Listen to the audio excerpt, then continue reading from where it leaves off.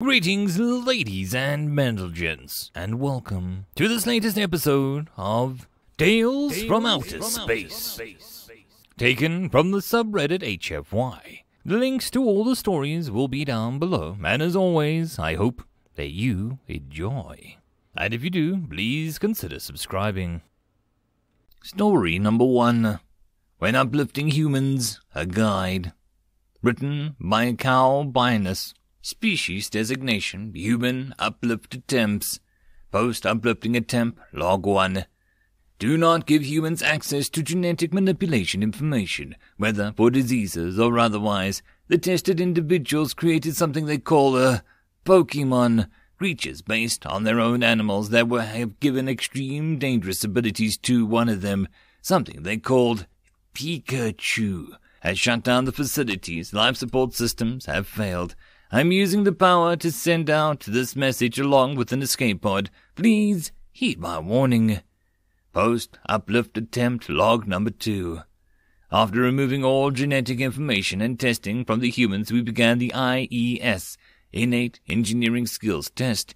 The humans were given 2 hours and a random Tier 3 civilization class project to create something that they deemed beneficial to either them or the people in general.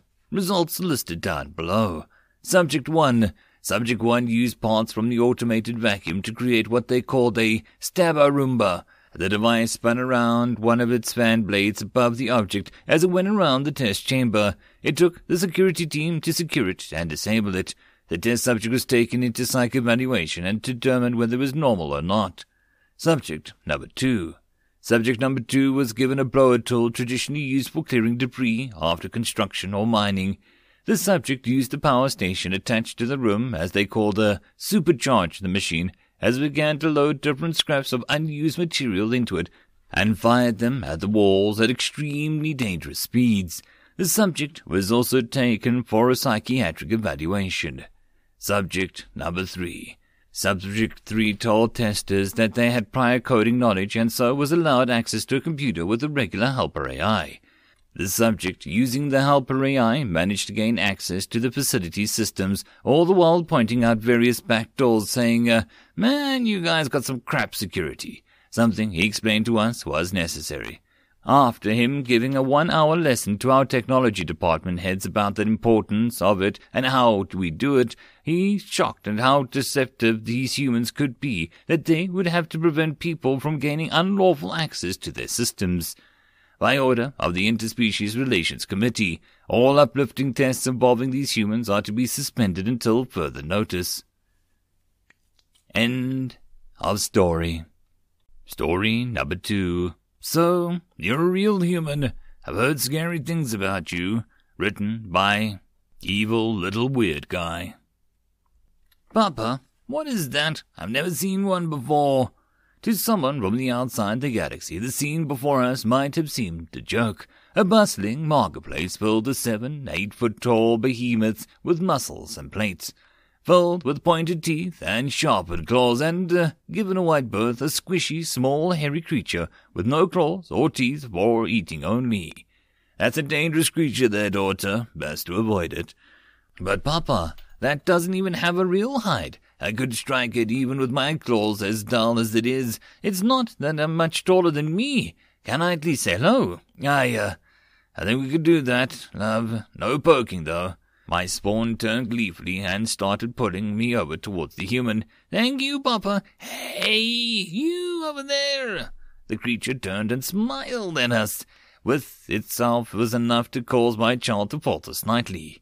It was such an intense show of aggression for most species, usually followed by their throat being torn out, and to come from something that looked so fragile, it could make any predator flinch, even one with claws that could tear steel.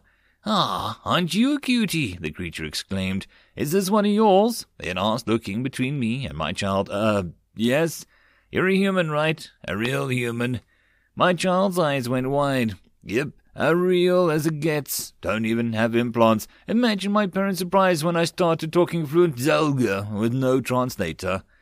Papa told me you were scary. I think he's right. You looked like lunch, but then you looked like you were going to eat me instead. That's disturbingly honest. What else have you heard about us? that you eat everything. You eat trees and prey. That's just weird. He also said that we should never fight you because you look like we would burst if we poked you too hard. I probably would. Thank you for not doing that. And he said that you don't die, and that you spend all your energy and your brains, but your head is so small, and so I don't know how that works, and that makes you think up scary things for fun.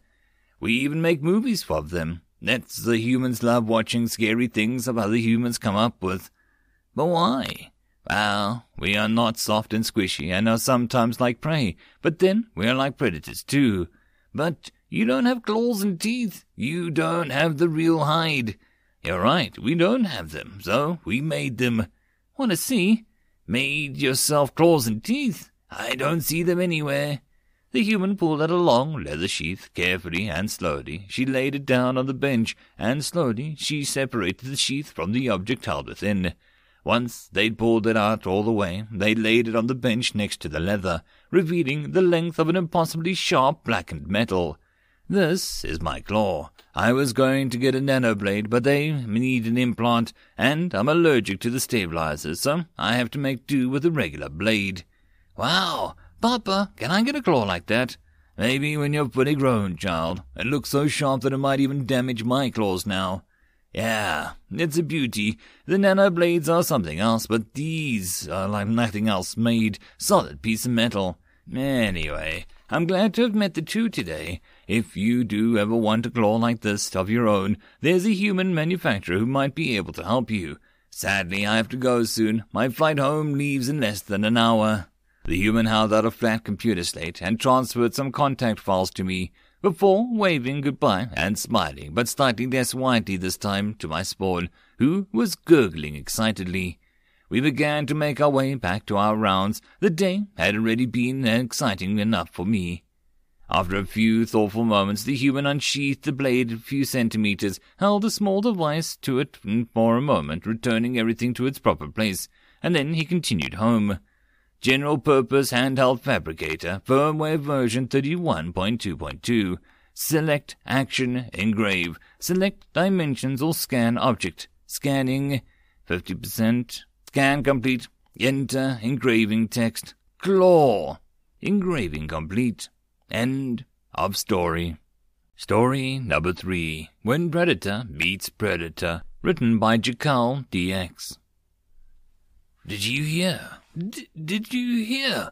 The rabbit cried out to the other animals. It was early morning, and most of the animals were rousing from their sleep. Hear what? What's all of this? Grumbled the bear. Bear did not like too much noise.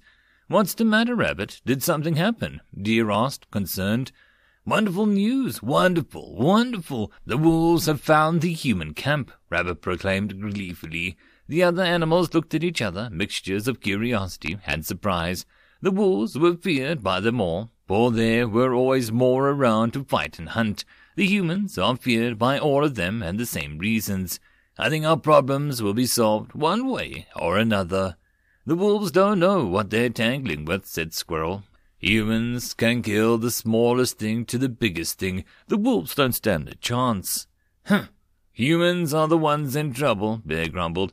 Humans are soft, and without their tools catch them by surprise, and they're big lumps of meat.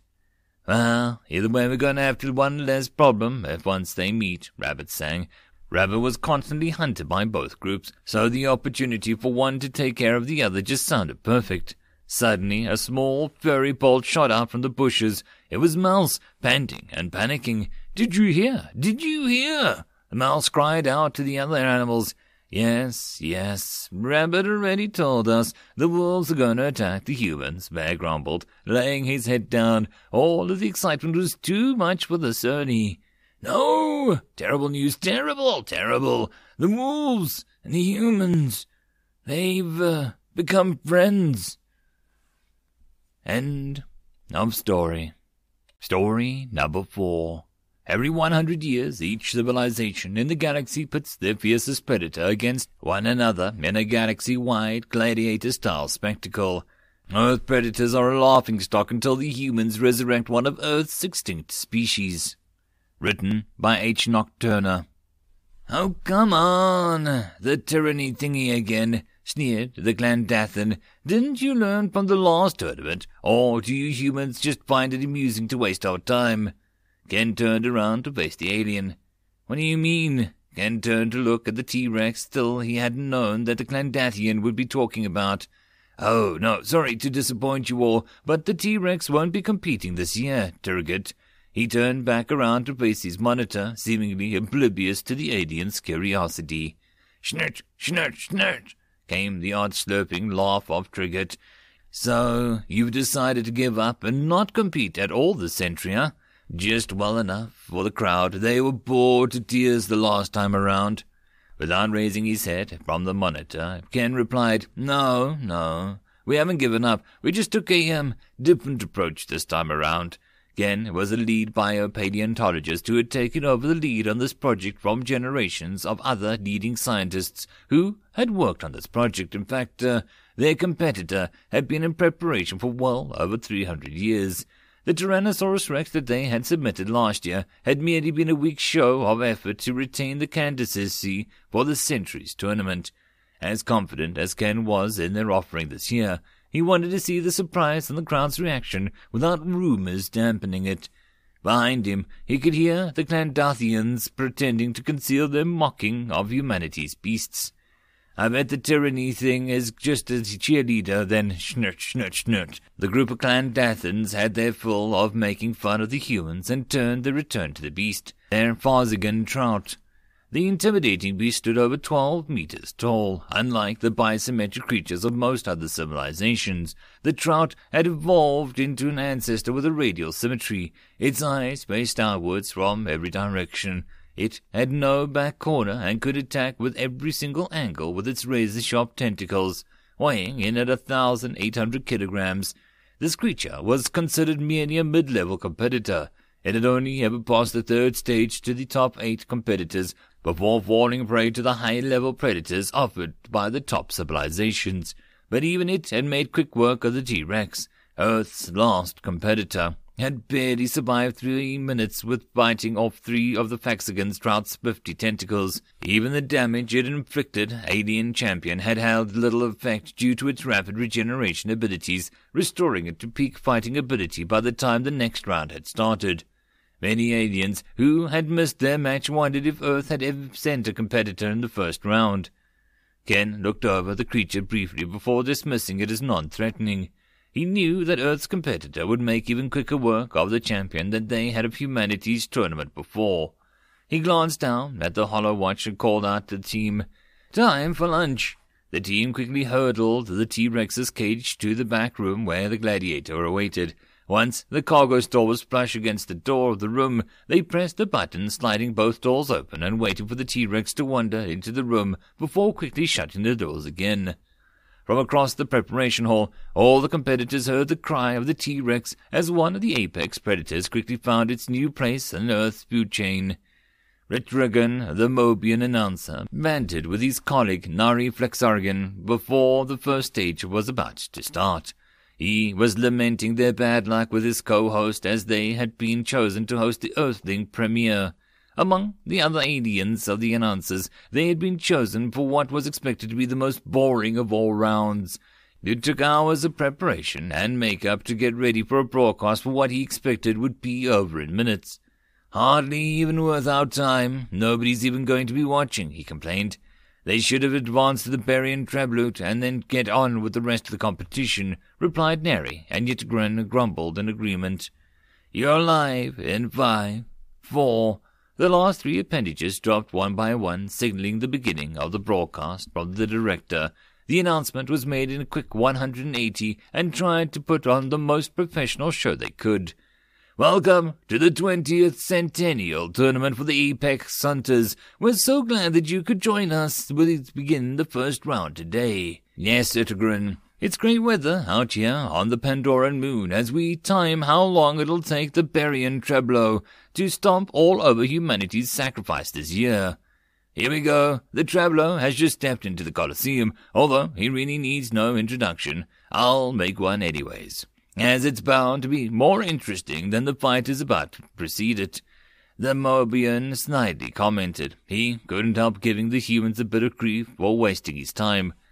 Over 20 meters long, weighing in at 3,400 kilograms, the Barian Treblo is truly a sight to behold. With its osmium-plated tusks measuring in at 3 meters each, it can gore any competitor out there, added Nary. As dangerous as those tusks are, we should all remember how deadly those claws in his feet and arms can be. And take note, he's got 12 of them. That's right, 12 arms and legs. It wouldn't even know how to coordinate all of those. Laughed the male co-host. Despite its large size, the Treblo is one of the most agile competitors in the years past. In fact, it averaged ranking at 3rd place overall, having made it to the finals 3 times in the last 5 tournaments. Oh wait, here comes the Earthling's sacrifice. It's a box. Surely it can't be, I get it. Their competitor is inside the box. Well, whatever it is, it's big. The humans have wheeled in over 50-meter-long steel box that is standing over 20 meters tall. The announcement had even bothered looking at Earth's introduction sheet before the broadcast and had no idea what was inside. The top of the box split into halves as they folded up to the open to the ceiling to the world. At their added height, the walls concealed humanity's champion for an extra moment of peace before the carnage was about to begin. Ken couldn't help but smile. She was beautiful. He had been working with Forenza for the last 8 years and had grown to love her as much as he did care for her. He did not worry for a second that her well-being... No, he wasn't cruel. He was completely sure that they would win this year. 300 years they had carefully planned and bided their time. All for this moment. Whoosh. The sound from within the container came subtly and at the same time assuredly. Whoosh! The sound came strong and the wind blew out from the top of the containers. Whoosh, whoosh, whoosh! As the time between the sounds and the rush of wind shortened, Ferenz showed herself to the galaxy. The 312-year-old Onyx Black Dragon rose. 312-year-old Black Dragon rose from extinction to face its foe. From myth, this legend was about to be born again. End of story. And that, my friends, is the end of the video. I hope that you enjoyed. If you wish to support the author, check the links down below for the original link. But if you wish to support this channel, there are numerous ways listed down below, but the easiest would be to share this with as many people as possible to help the channel grow. And I will see you all in the next video, and until then, I hope you all have a good one. Cheers.